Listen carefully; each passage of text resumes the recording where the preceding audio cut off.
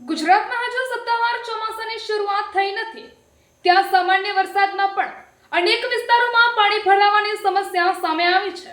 ગુજરાતમાં હજુ ચોમાસાની સત્તાવાર શરૂઆત થઈ નથી ત્યાં જ સામાન્ય વરસાદમાં પણ અનેક વિસ્તારોમાં પાણી ભરાવાની સમસ્યા સામે આવી રહી છે।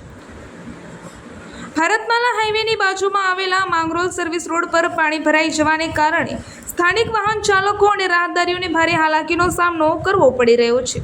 આ દ્રશ્યો કોઈ નદી કે નાળાના નથી પરંતુ ભારતમાલા હાઈવેની બાજુમાં આવેલા માંગરોળ સર્વિસ રોડના છે। સામાન્ય વરસાદ પડતા જ અહીં ઘૂંટણસમાં પાણી ભરાઈ જાય છે।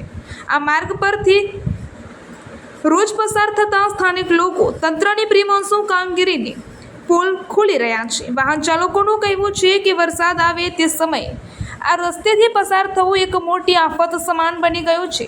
સર્વિસ રોડ પર પાણી ભરાઈ જવાને કારણે વાહન ચાલકોને મજબૂરીમાં રોંગ સાઈડમાં વાહન ચલાવવા પડે છે જેના કારણે અકસ્માતોનો ખતરો પણ સતત તોળાઈ રહ્યો છે।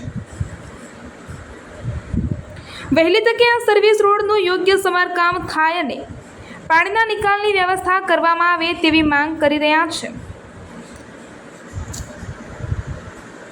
વારંવાર પાણી ભરાય છે। રોજ પાણી ભરાઈ જાય છે।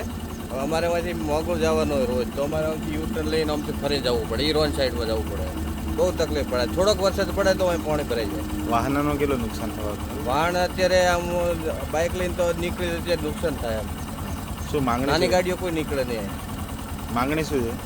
માગણી એમ કે આ રસ્તો જે સર્વિસ રોડ છે એનો કોઈ સુધારો કરે તો સારી વાત છે। ઓકે, આપનું નામ? મારું નામ દેવજીભાઈ જોશી।